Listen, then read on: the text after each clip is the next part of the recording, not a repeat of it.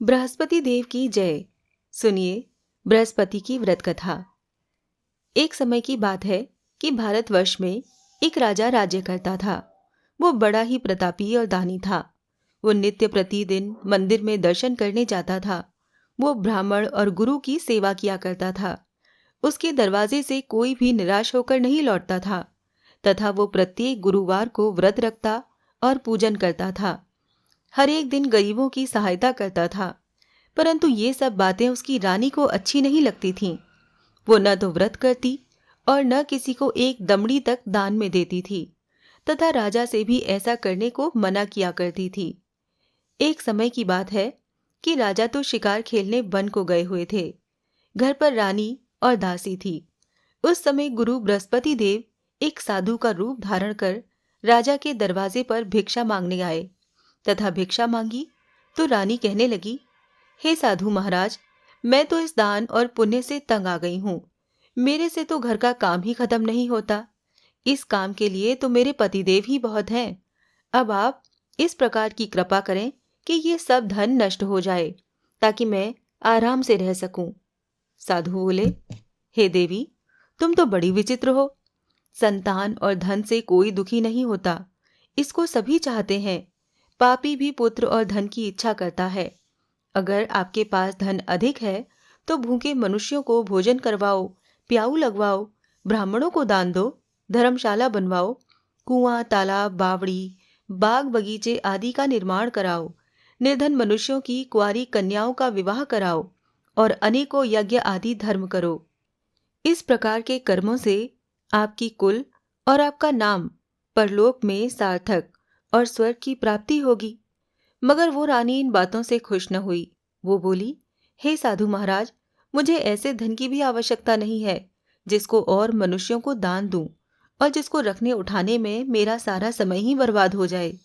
साधु ने कहा, हे देवी, तुम्हारी ऐसी इच्छा है तो ऐसा ही होगा। मैं तुम्हें बताता हूँ, वैसा ही करना। बृहस्पतिवार के दिन घर को गोबर से लीपना, अपने केशों को धोना, केशों को धोते समय स्नान करना, राजा से कहना वो हजामत करवाए, भोजन में मांस मदिरा खाना, कपड़ा धोबी के यहाँ धुलने डालना।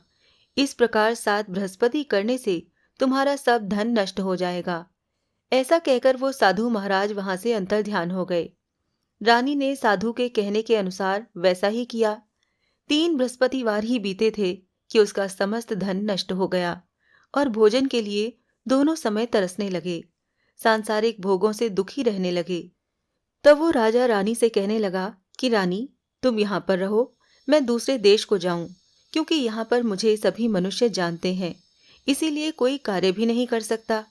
देश चोरी परदेश भीख बराबर है। ऐसा कहकर राजा परदेश चला गया। वहां जंगल में जाता और लकड़ी काट कर लाता और शहर में बेचता। इस तरह जीवन व्यतीत करने लगा। इधर राजा के घर रानी और दासी दुखी रहने लगे। किसी दिन भोजन मिलता और किसी दिन जल पीकर ही रह जाती। एक समय रानी और दासी को 7 रोज बिना भोजन के व्यतीत हो गए तो रानी ने अपनी दासी से कहा, हे दासी, यहाँ पास ही के नगर में मेरी बहन रहती है। वो बड़ी धनवान है। तू उसके पास जा और वहां से 5 सेर बेझर मांग ला, जिससे कुछ समय के लिए गुजर हो जाएगी। इस प्रकार रानी की आज्ञा मानकर दासी उसकी बहन के पास गई। तब रानी की बहन उस समय पूजन कर रही थी, क्योंकि उस रोज बृहस्पतिवार का दिन था। जब दासी ने रानी की बहन को देखा और उससे बोली, हे रानी, मुझे तुम्हारी बहन ने भेजा है, मेरे लिए 5 सेर बेझर दे दो। इस प्रकार दासी ने अनेक बार कहा, परंतु रानी ने कुछ भी उत्तर नहीं दिया, क्योंकि वो उस समय बृहस्पतिवार की व्रत कथा सुन रही थी।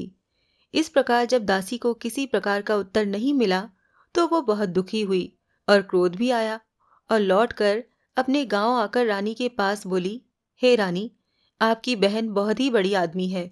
वो छोटे मनुष्यों से बात भी नहीं करती, क्योंकि मैंने उनसे कहा तो उन्होंने कोई उत्तर नहीं दिया, इसीलिए मैं वापस चली आई। रानी बोली, हे दासी, इसमें उसका कोई दोष नहीं है। जब बुरे दिन आते हैं तब कोई सहारा नहीं देता। अच्छे बुरे का पता विपत्ति में ही लगता है। जो ईश्वर की इच्छा होगी वही होगा। वो सब हमारे भाग्य का दोष है। इधर उस रानी की बहन ने देखा कि मेरी बहन की दासी आई थी। परंतु मैं उससे नहीं बोली। इससे वो बहुत दुखी हुई और ये सोचकर, कथा को सुनकर और विष्णु भगवान का पूजन समाप्त कर वो रानी अपनी बहन के घर चल दी और जाकर अपनी बहन से कहने लगी, हे बहन, मैं बृहस्पतिवार का व्रत कर रही थी। तुम्हारी दासी गई, परंतु जब तक कथा होती है तब तक न उठते हैं और न बोलते हैं, इसीलिए मैं न बोली। कहो दासी, क्यों गई थी? रानी बोली, बहन, हमारे अनाज नहीं था। वैसे तुमसे कोई बात छिपी नहीं है, इस कारण मैंने दासी को तुम्हारे पास 5 सेर बेजर लेने के लिए भेजा था। रानी बोली, बहन देखो, बृहस्पति भगवान सबकी मनोकामना पूर्ण करते हैं। देखो, शायद तुम्हारे घर में अनाज रखा हो।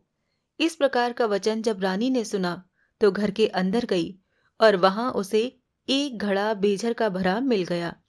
तब वो रानी और बांदी बहुत ही दुखी हुई और दासी कहने लगी, हे रानी, देखो, वैसे हमको जब नहीं मिलता तो हम रोज ही व्रत करते हैं। अगर इनसे व्रत की विधि और कथा पूछ ली जाए तो उसे हम भी किया करें। तब उस रानी ने अपनी बहन से पूछा कि बृहस्पति भगवान का पूजन किस प्रकार करते हैं। तब उसकी बहन ने बताया, हे बहन, बृहस्पतिवार के व्रत में चना की दाल, मुनक्का से विष्णु भगवान का केले की जड़ में पूजन करें तथा दीपक जलाएं, पीला भोजन करें तथा कहानी सुने। इस प्रकार करने से गुरु भगवान प्रसन्न होते हैं, अन्न, पुत्र, धन देते हैं, मनोकामना पूर्ण करते हैं। इस प्रकार रानी और दासी दोनों ने निश्चय किया कि बृहस्पति भगवान का पूजन जरूर करेंगी। 7 रोज बाद जब बृहस्पतिवार आया तो उन्होंने व्रत रखा। घुड़साल में जाकर चना गुड़ बीन लाई तथा उसकी दाल से केले की जड़ का विष्णु भगवान का पूजन किया। अब पीला भोजन कहाँ से आए? बेचारी बड़ी दुखी हुई, परंतु उन्होंने व्रत किया था, इस कारण गुरु भगवान प्रसन्न थे। 2 थालों में सुंदर पीला भोजन लेकर आए और दासी को देकर बोले, हे दासी, ये तुम्हारे और रानी के लिए भोजन है, तुम दोनों करना। दासी भोजन पाकर बड़ी प्रसन्न हुई और रानी से बोली, चलो रानी जी, भोजन कर लो। रानी को इस विषय में कुछ भी पता नहीं था, इसीलिए वो दासी से बोली, तू ही भोजन कर, क्योंकि तू हमारी व्यर्थ में हंसी उड़ाती है। दासी बोली, एक महात्मा भोजन दे गए हैं। रानी कहने लगी, वो भोजन तेरे ही लिए दे गए हैं, इसीलिए तू ही भोजन कर। दासी ने कहा, वो महात्मा हम दोनों को 2 थालों में भोजन दे गए हैं, इसीलिए हम और तुम दोनों ही साथ साथ भोजन करेंगी। इस प्रकार रानी और बांदी दोनों ने गुरु भगवान को नमस्कार कर भोजन प्रारंभ किया और अब वो प्रत्येक बृहस्पतिवार को गुरु भगवान का व्रत और विष्णु भगवान का पूजन करने लगी। बृहस्पति भगवान की कृपा से फिर रानी और दासी के पास बहुत सा धन हो गया और रानी फिर उसी प्रकार आलस्य करने लगी।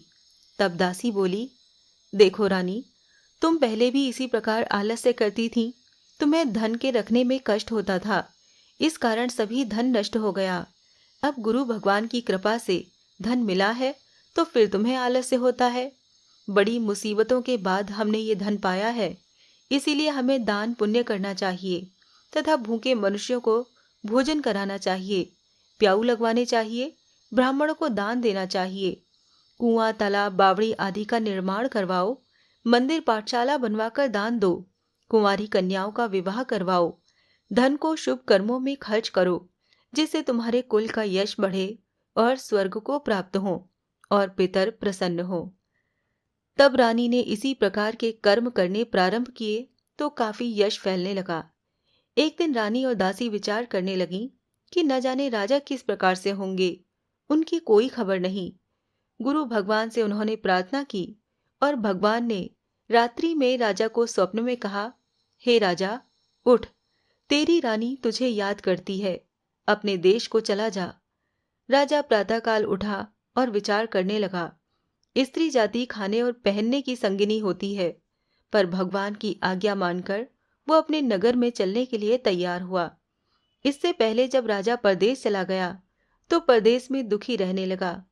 प्रतिदिन जंगल में से लकड़ी बीन कर लाता और उन्हें शहर में बेचकर अपने दुखी जीवन को बड़ी कठिनता से व्यतीत करता था। एक दिन राजा दुखी होकर अपनी पुरानी बातों को याद करके रोने लगा। तब उस जंगल में से बृहस्पति देव एक साधु का रूप धारण कर आ गए और राजा के पास आकर बोले, हे लकड़हारे, तुम इस सुनसान जंगल में किस चिंता में बैठे हो, मुझको बतलाओ। ये सुनकर राजा के नेत्रों में जल भर आया और साधु का वंदन करके बोला, हे प्रभु, आप सब कुछ जानने वाले हो। इतना कहकर साधु को अपनी संपूर्ण कहानी बतला दी। महात्मा दयालु होते हैं। उससे बोले, हे राजा, तुम्हारी स्त्री ने बृहस्पति देव का अपराध किया था, जिस कारण तुम्हारी ये दशा हुई। अब तुम किसी प्रकार की चिंता मत करो, भगवान तुम्हें पहले से अधिक धनवान करेंगे।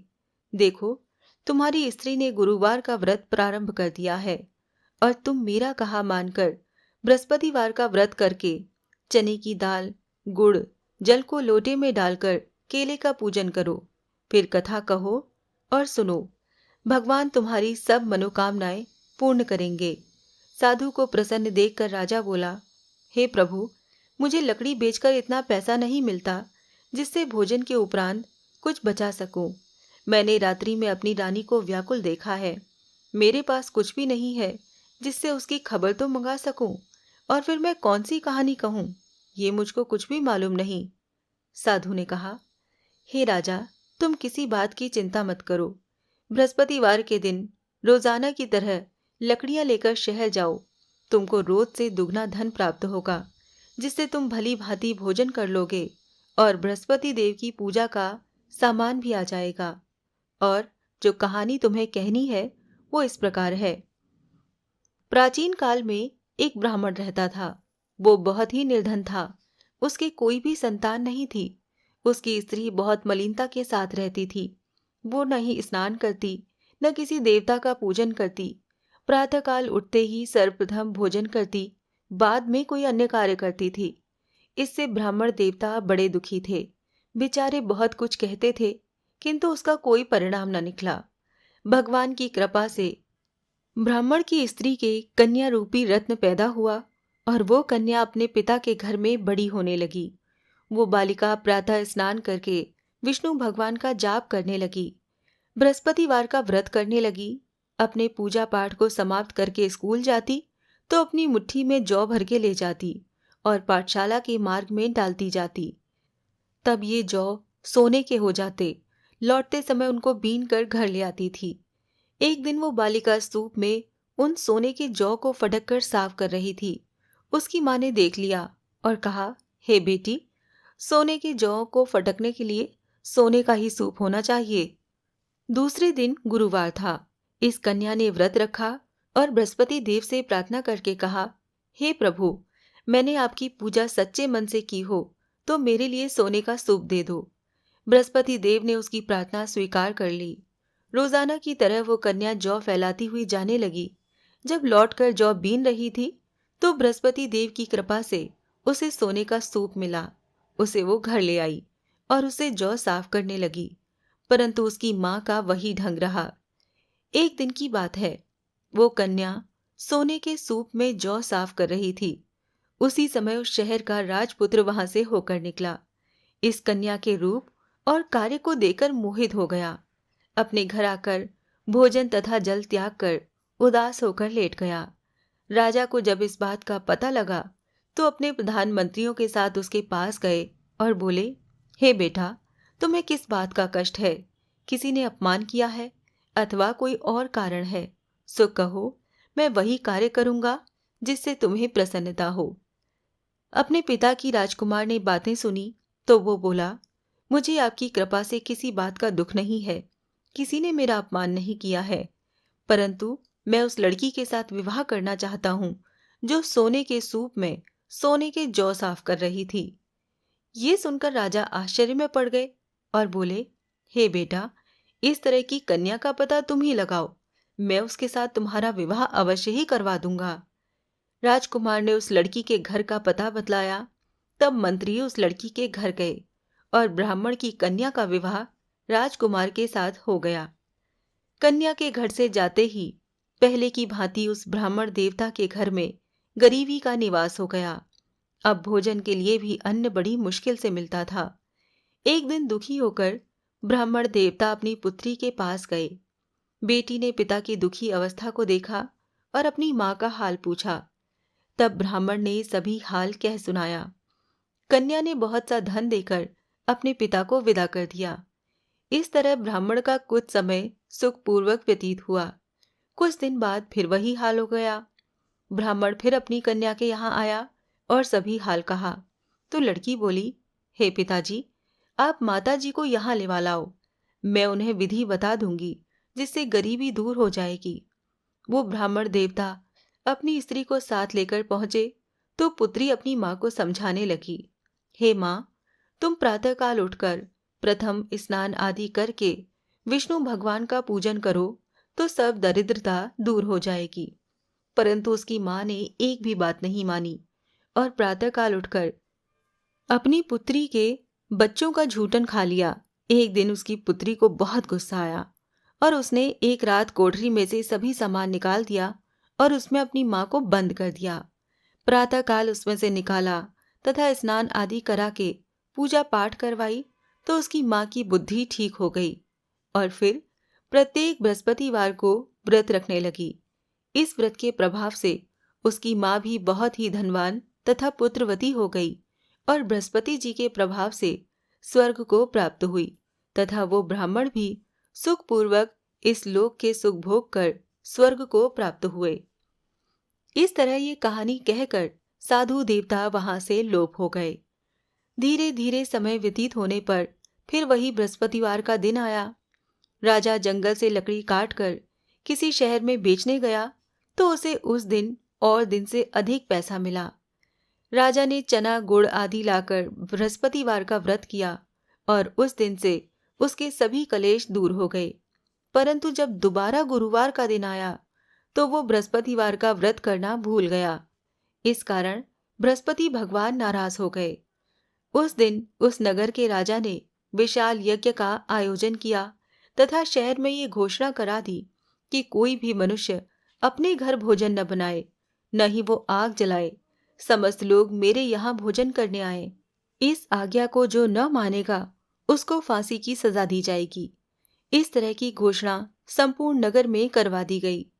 राजा की आज्ञानुसार शहर के सभी लोग भोजन करने गए, लेकिन लकड़हारा कुछ देर से पहुंचा, इसलिए राजा उसको अपने साथ घर लेवा ले गए और ले जाकर भोजन करा रहे थे तो रानी की दृष्टि उस खूंटी पर पड़ी जिस पर उसका हार लटका हुआ था।